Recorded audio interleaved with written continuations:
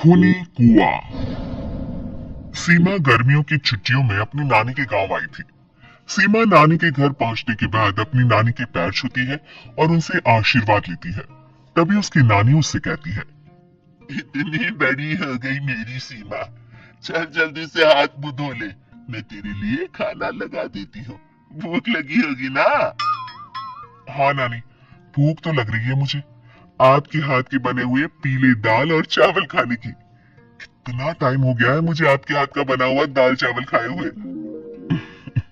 तू तो नौकरी में व्यस्त थी, तो तुझे कहाँ से टाइम मिलेगा अपनी नानी के लिए?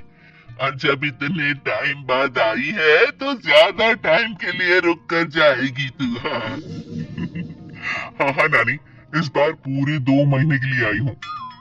सीमा की नानी अंदर जाकर उसके लिए खाना बनाने लगती है।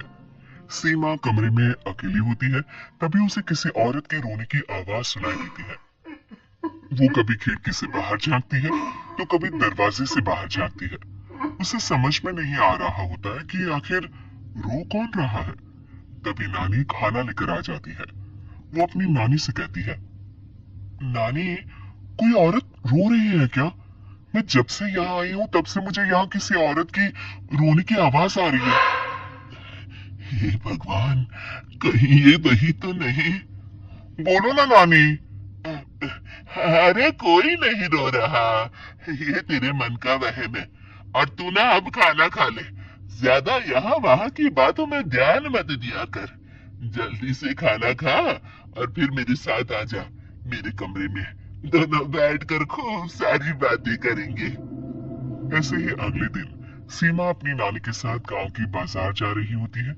उसी रास्ते में फिर से किसी औरत के रोने की आवाज आती है। वो अपनी नानी से कहती है,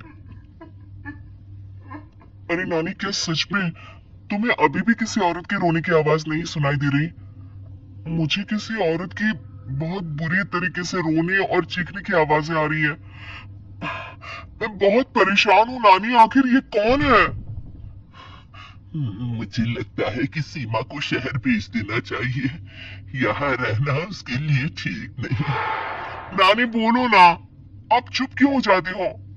सीमा, तू घर चल, मुझे तुझसे बहुत जरूरी बात करनी है।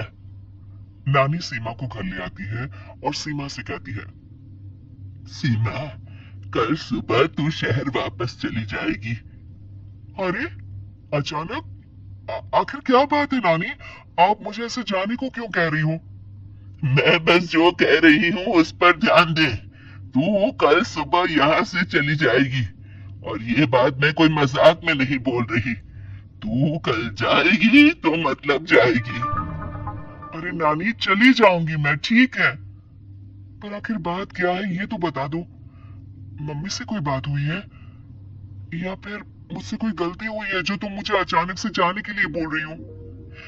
देख सीमा, रात बहुत हो चुकी है और मुझे इस बारे में कोई बात नहीं करनी। चल, अब चल के मेरे साथ सो जा। सुबह की बस पकड़कर तुझे शहर भी तो जाना है। सीमा को अपनी नानी का ऐसा व्यवहार देखकर बहुत ही अजीब लगता है। उसे कुछ समझ में नहीं आ रहा होता है कि आखिर उसकी नानी उसे अचानक से गांव छोड़कर जाने के लिए क्यों कह रही है। ये सारी बातें सोचते सोचते सीमा की आंख लग जाती है और वो अपनी नानी के साथ सो जाती है। ऐसे ही आधी रात को सीमा को फिर से किसी औरत की रोने की आवाज सुनाई देती है। वो उस औरत की आवाज सुनकर बार बार करवटें बदल रही होती है और तभी उसे सपने में भी एक अजीब सी औरत की परछाई दिखाई देती है, जो इतना चीख चीख कर रो रही होती है कि सीमा डरकर उठ जाती है। वो पूरे पसीने पसीने हो रही होती है।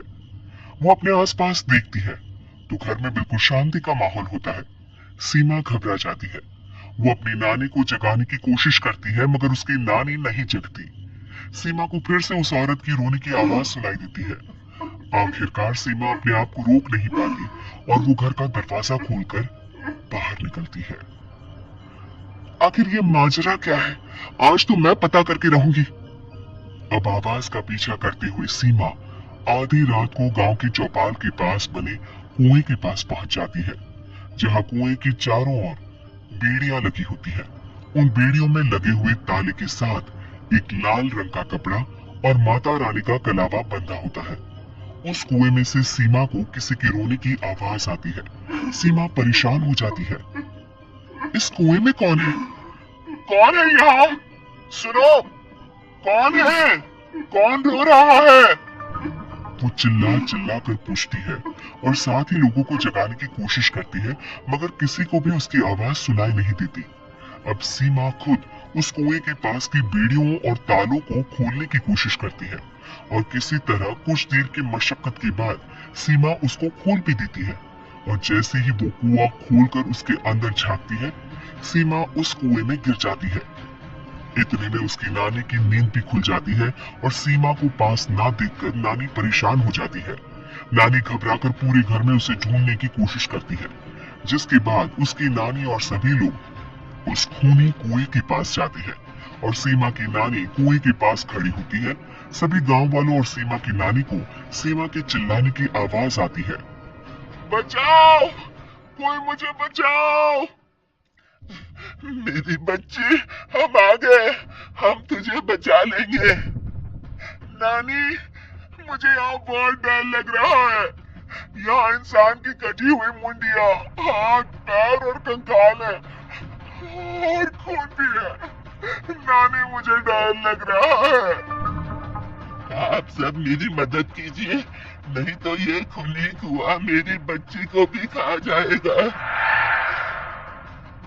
अरे, मुझे तो ये समझ में नहीं आ रहा कि आखिर इस खुली कुएं को खोला किसने?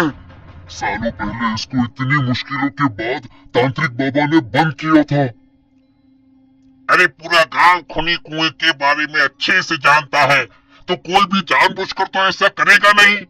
मतलब किसी ने अनजाने में इसे खोल दिया है भैया। सीमा को इस बारे में मालूम नहीं था और जब से वो यहाँ आई थी तभी से उसे किसी औरत के रोने की आवाजें भी सुनाई दे रही थी। कहीं सीमा ने ही तो उसे नहीं खोला। अगर ऐसा है तो फिर सीमा का बचना बहुत मुश्किल है।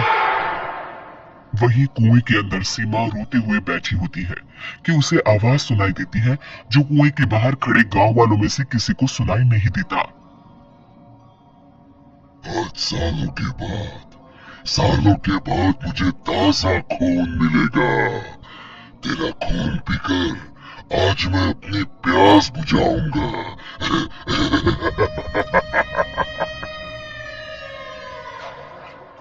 कौन है? मत मारो प्लीज, मुझे जाने दो प्लीज। मैंने किसी को क्यों बिगाड़ा है? वो तुझे मरने के बाद पता चल ही जाएगा। जितने में गांव वाले और सीमा की नानी कुछ सोच पाते, उतने में उन्हें सीमा के चिल्लाने की आवाज आती है और अगले ही पल सब शांत हो जाता है। क्या हुआ? सीमा, मेरी बेटी। माफ करना बहन, लेकिन अब सीमा वापस नहीं आएगी। हमें एक बार फिर से कुएं को बंद करना होगा। गांव वाले तभी तांत्रिक को बुलाकर लाते हैं।